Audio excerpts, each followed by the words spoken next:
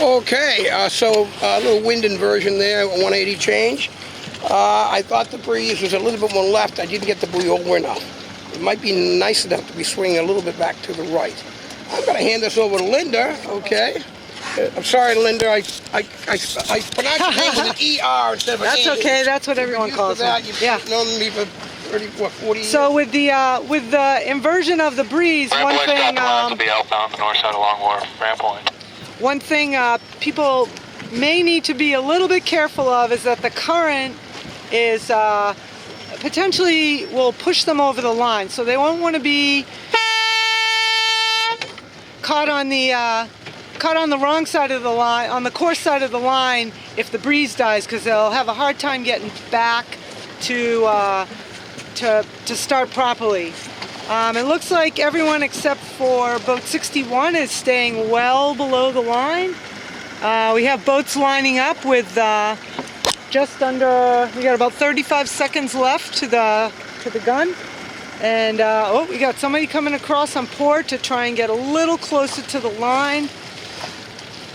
61 is got an interesting approach here. She's going to go for the pin, it looks like. If her timing's good, she could possibly do it. She got 12 seconds. I think she's got about 12 seconds. The wind did shift a little bit more to the left, so the pin is heavily favored. A little bit more than we thought it might be at the beginning. All clear.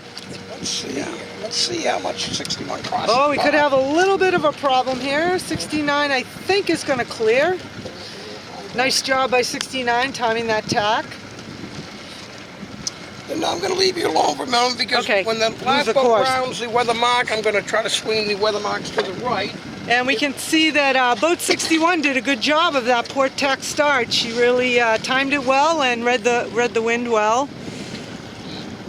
And let's see how... Right, I mean left. I mean left, sorry. We have a lot of different trim here. It looks like boat 71 has a lot of twist. She may have tacked in a little bit of dirty air. It's hard to see the mark right now because we got a lot of sun on the race course.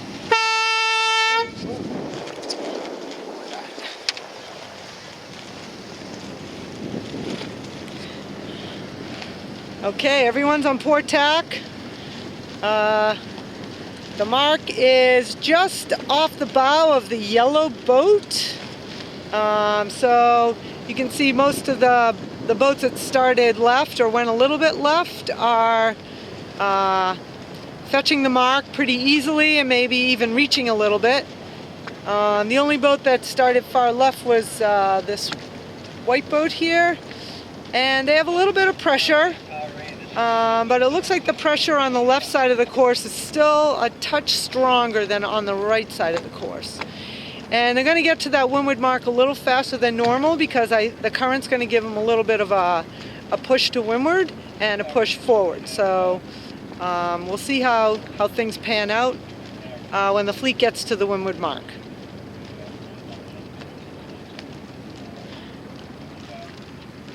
And Brad will be adjusting the course. Oh, maybe not. The wind has gone right on the race committee boat, and boat 71 may be feeling that little bit of righty now. It looks like people are not fetching the windward mark anymore, so that righty did make it to all the boats on the race course. So that'll make things a little bit more interesting.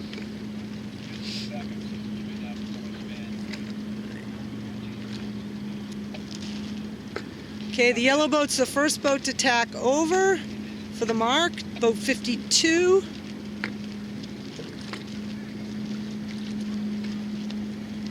And we'll see how she does.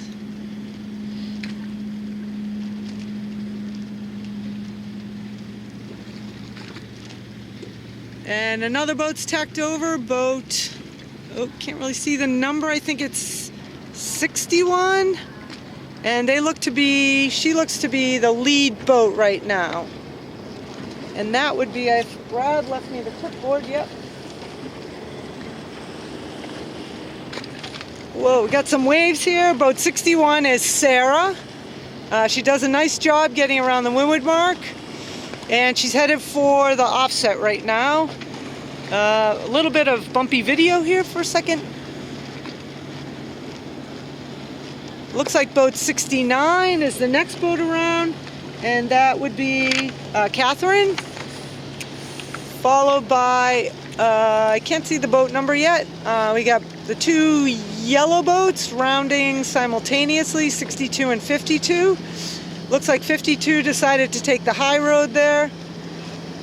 And now it looks like she's got 62's air, but she still has to give 62 room to round the mark. Nice set by Sarah. And boat 69's having a little bit of difficulty with their spinnaker. We'll have to find out what went wrong there. Oh, and there they've jibed. Boat 52 and 62, they both have their kites up, and it looks like 62 is going to win the race to get theirs full. 52 looks like they may have lost a sheet out of the block, perhaps.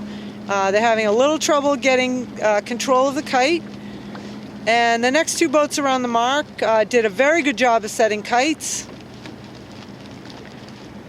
Breeze is a little bit lighter up this side of the course coming up to the gates. We have a couple of boats that jibed, 69 and 62, I believe. Oh, maybe 52, I'm sorry. No, it's 62. There's actually 52 still having an issue. And the last two boats are around. 64 does not have a spinnaker. 61 has jibed for the gates. This is a twice around course, so they'll be going back upwind. Brad is adjusting the course possibly. Although now it looks pretty good.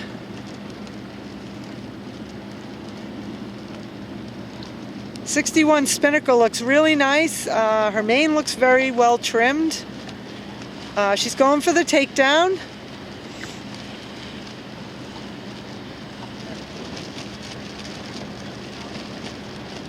And well, once again, we might have a bit of an interesting rounding here. We have two boats coming in from the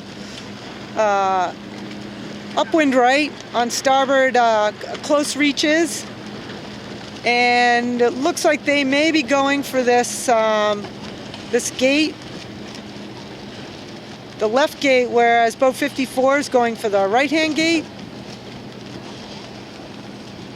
69 went with a conservative takedown, which is fine. She wanted to make sure she didn't do things too late and not be all cleaned up before her jibe to go around the mark. 62 is jibing around the right gate, and simultaneously with 71 jibing around the left gate.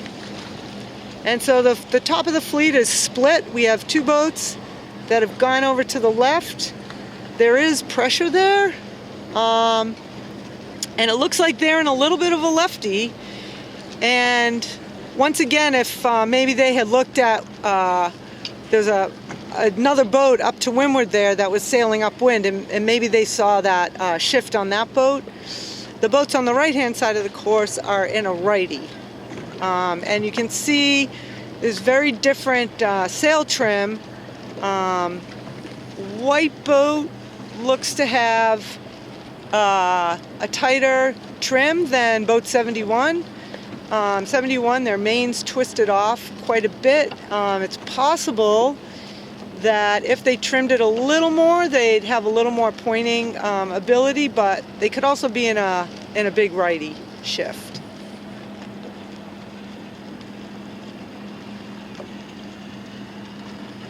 So it looks like boat 51 is covering 54 pretty well. And they're making their way up to the windward mark for the second time. And boat 61, which went way in on the right piers, has come out of that right corner. And it will be interesting to see how she ends up there, because there was a righty for those boats, pretty nice righty.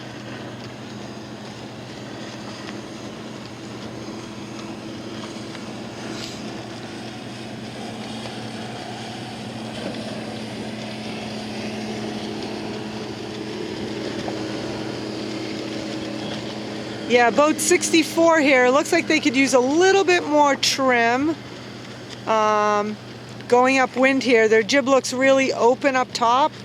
I'm not a soling sailor, so maybe that's more of a soling trim, but it would look nicer if it were a little bit more closed.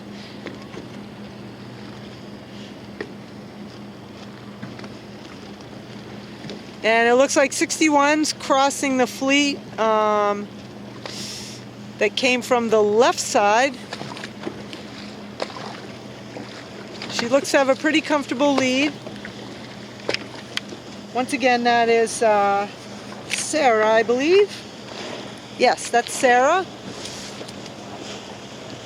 And it looks like the boats that went right, the righty persisted a little more than that lefty with pressure. And they seem to have caught up a little bit to the top of the fleet.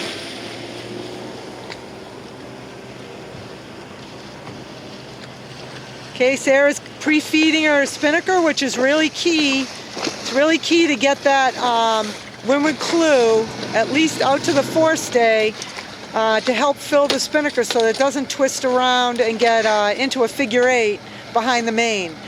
So you can use all that distance between the windward mark and the offset to prep your spinnaker for a nice set. And let's see if the next boat, 51, does the same thing. It looks like she's not pre-feeding, but they're definitely starting to hoist right at the mark, and that's really awesome. And they're pulling it around now. I would have liked to have seen a little bit more pre-feed. Like I said, it just helps the spinnaker fill a little more quickly, and it helps it pop more when you go around.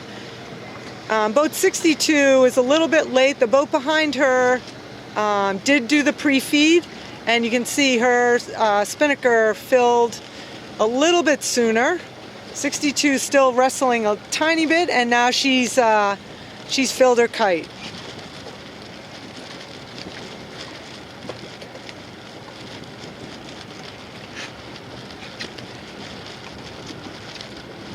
Nice job by 71, and the boat inside of her, I'm not sure what boat number that is.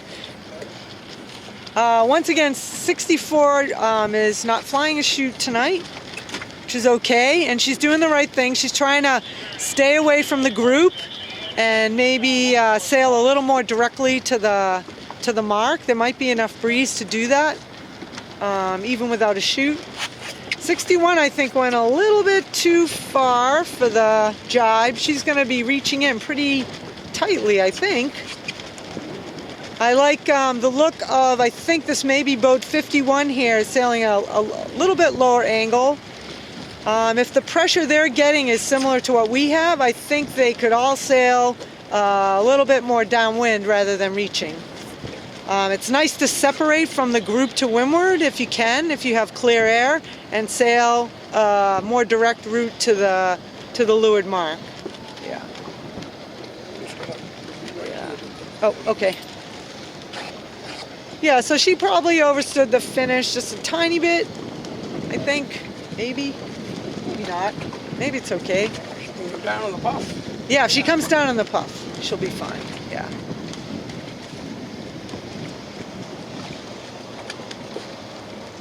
Yeah, 51 did a nice job soaking low in the pressure, and she really separated well from the two boats that are kind of duking it out.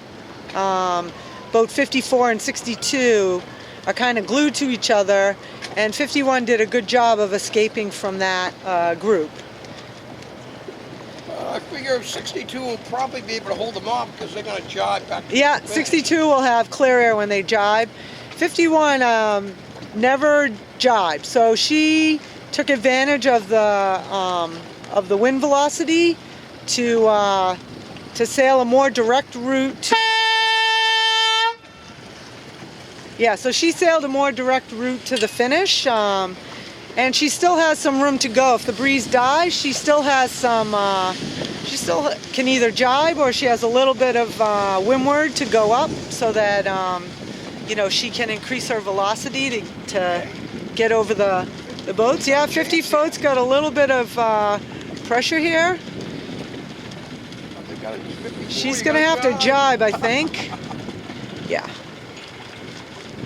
Actually, it's enough of a wind shift. Well, nope, she's got to jibe, yeah. Yeah, Chris didn't have a great Yeah, jibe, no. but the other boat went a little bit Yeah. too far.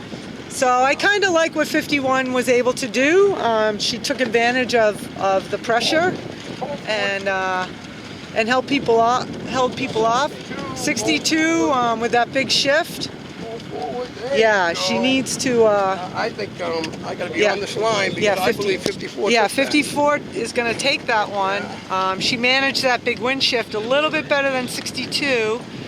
That's why it's important to always be looking at your telltales when you're flying the kite, especially a place like here where the wind shifts like a lot. And it looks like we're going to have a pretty big competition here for the last 5 spots.